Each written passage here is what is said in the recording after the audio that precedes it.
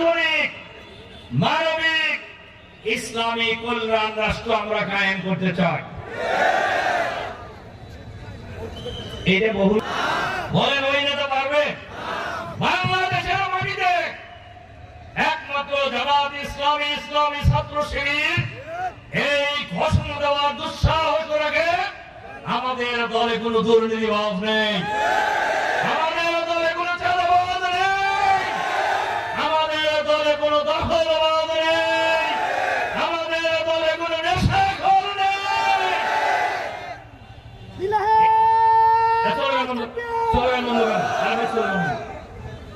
বলেন তো দেখি, এই ঘোষণা কোন দল বাদ দেওয়া সাহস রাখে? বলেন রাখে কিনা? যদি মুরব থাকে এই জায়গায় দাঁড়ায় বলতে বলেন আমাদের দলে কোনো চাঁদাবাজ নেই, আমাদের দলে কোনো দুর্নীতিবাজ নেই, আমাদের দলে কোনো ভালোখোর নেই। বলুন, বাংলাদেশ জামাত ইসলামী এরকম একটি সমাজ ব্যবস্থা এই দেশে গড়ে তুলতে চায়। কেউ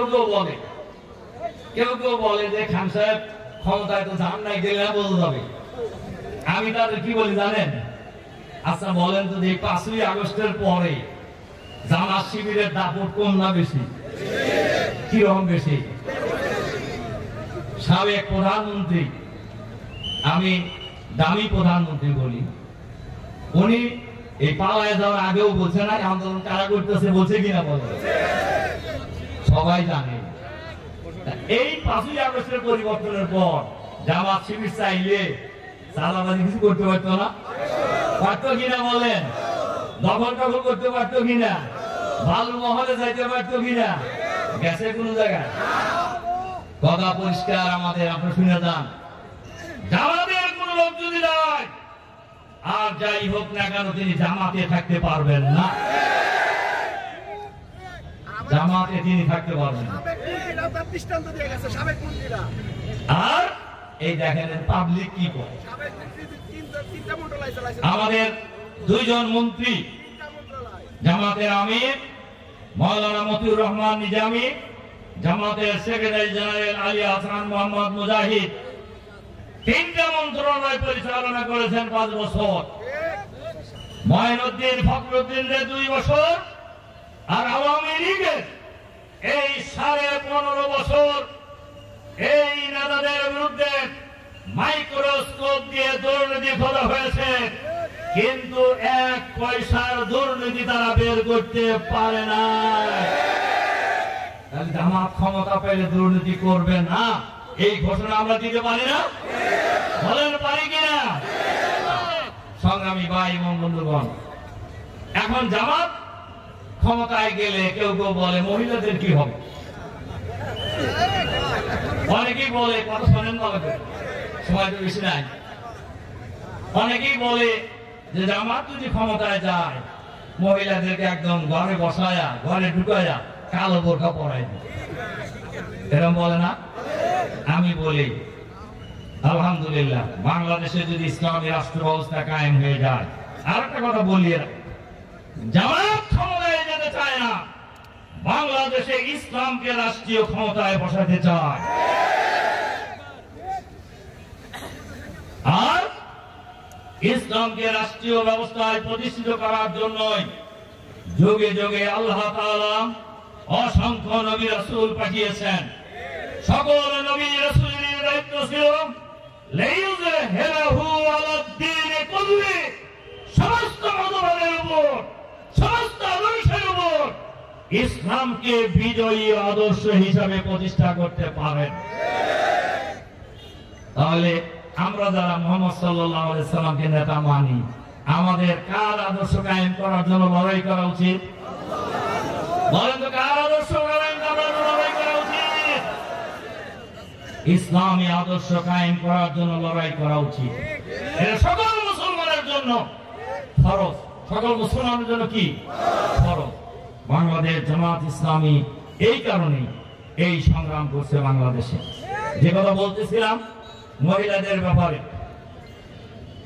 আমরা পরিষ্কার বলি, বাংলাদেশে যদি জামাত রাষ্ট্র ক্ষমতা পরিচালনা করার দায়িত্ব পায়, আমরা শাসক হব না, আমরা সেবক হব জনগণের ইনশাআল্লাহ। আমরা রাজা হব। অতীতে যারা এই দেশ শাসন করেছেন তারা মনে করেছেন নিজেরা রাজা, আর দেশের মানুষকে মনে করেছেন তারা প্রজা। আমরা রাজাও হব না, এদেশের জনগণকে আমরা প্রজাও বানাবো না। এদেশের জনগণ আমাদের ভাই, ভাই হিসাবে আমরা সবাই তার ঐক্যবদ্ধ ভাবে থাকবো ইনশাআল্লাহ। যে কথা বলতেছিলাম, জামাত যদি ক্ষমতায় যায় মেয়েদের বিচার হবে, বিসিএস অফিসার হবে, সচিবালয়ের সচিব হবে, ব্যাংকের ম্যানেজার হবে, সবই হবে মহিলারা ইনশাআল্লাহ। শুধু শুধু একটু শিক্ষা প্রতিষ্ঠান আলাদা করে দেওয়া হবে, এতে ভালো হবে না খারাপ হবে? বলেন, ভদ্র মহিলাদের জন্য ভালো হবে না খারাপ হবে? চান না আপনারা সেটা? বলেন চান কিনা? চান। আবার আরেকটা কথা, এখন তো বাংলাদেশে দেখবেন গ্রামে গঞ্জে নগরে বন্দরে বাংলার প্রতিটি প্রান্তরে সচিবালয় থেকে শুরু করে সর্বত্রই একটা আওয়াজ উঠছে।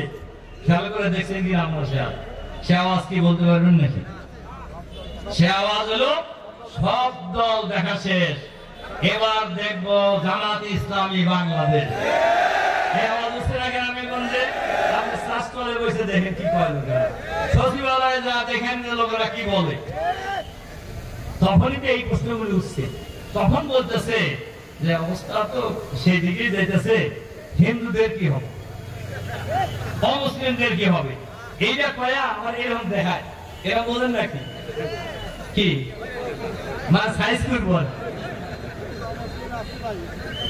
আমি এখানে যে সকল অমুসলিম ভাই এবং বোনেরা আছেন, অথবা আমার মাইকের শব্দ দ্রুত যায় সেই অঞ্চলে যারা আছেন, তাদেরকে বলি, ইসলাম যদি রাষ্ট্রীয়ভাবে প্রতিষ্ঠিত হয়, জামাত যদি রাষ্ট্রীয় ক্ষমতা চালানোর সুযোগ পায়, সবচেয়ে বেশি অধিকার পাবে অমুসলিমরা। আমরা বাংলাদেশের সবচেয়ে বড় মন্দির ঢাকা ঢাকেশ্বরী মন্দির, এই 5ই আগস্টের পরে আমাদের নেতা ডাক্তার শফিকুর রহমানের নেতৃত্বে আমরা সেখানে গিয়েছি। সকল নেতৃবৃন্দের সাথে, অমুসলিম সকল নেতৃবৃন্দের সাথে আমাদের মিটিং হয়েছে। সে জায়গায় আমরা বলেছি, আপনারা নিজেরা সংখ্যালঘু মনে করেন কেন? বাংলাদেশ জামাত ইসলামী অমুসলিমদেরকে সংখ্যালঘু মনে করে না। তারা আমাদের ভাই, তারা এদেশের নাগরিক। নাগরিক হিসাবে তাদের যে অধিকার, সেই অধিকার তারা সব পাবে। 2, তাদের সকল ধর্মীয় অধিকার তারা পাবে। একজন মুসলমান তার যেমন ধর্মীয় অধিকার পাবে, একজন অমুসলিম ভাই বোনেরও ধর্মীয় অধিকার নিশ্চিত করার দায়িত্ব ইসলামী সরকার। আমরা বলেছি, এবারের 5ই আগস্টের পরে জামাত শিবিরের লোকেরা অমুসলিমদের মন্দির পাহারা দিয়েছে, বাড়িঘর পাহারা দিয়েছে, ব্যবসা প্রতিষ্ঠান পাহারা দিয়েছে। ইসলামী রাষ্ট্র যদি হয়ে যায়, তাহলে কোন দলের মন্দির পাহারার প্রয়োজন হবে না। ইসলামী সরকারের দায়িত্ব অমুসলিমদের জান মাল ইজ্জত আবরুর নিরাপত্তা বিধান করার প্রধান দায়িত্ব গভর্নমেন্টের। সরকার সেই দায়িত্ব পালন করবে ইনশাআল্লাহ। সুতরাং ইসলামী রাষ্ট্র যদি কায়েম হয়ে যায়, আরেকটা প্রশ্ন আছে, চোরের হাত দেখবেন কখন? আমরা বলি শেষরা চোরের হাত আমরা কাটবো না। আমরা কাটবো হলো যারা হাজার হাজার লক্ষ লক্ষ কোটি টাকা বাংলাদেশ থেকে লুটপাট করে ব্যাংকগুলি ফকলা করে ফেলেছে, এই বড় বড় চোরদের শাস্তি হবে। আপনারা চান না? বলেন চান কারা? সংগ্রামী ভাই এবং বন্ধুগণ, একটা রাষ্ট্র যদি বাংলাদেশ হয়, একজন সুন্দরী রমণী টেকনাফ থেকে তেঁতুলিয়া, রূপসা থেকে পাতুরিয়া, একজন সুন্দর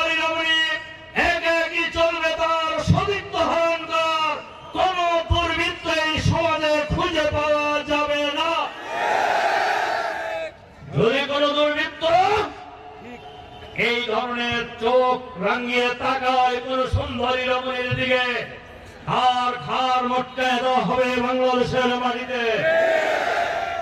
সুতরাং এই জাতীয় একটি সমাজ ব্যবস্থা এই দেশে চালু হোক।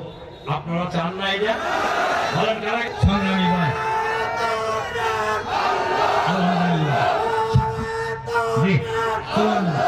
সংগ্রামী ভাই এবং বন্ধুগণ, আচ্ছা বলেন তো দেখি, একটু আরে ভাই রাখেন তো স্লোগান।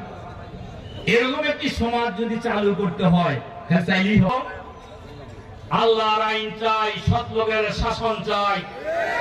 এই স্লোগান গাজীপুরের প্রতিটি অলিতে গলিতে পৌঁছে দিতে হবে, সকল মা বোনদের কাছে পৌঁছে দিতে হবে।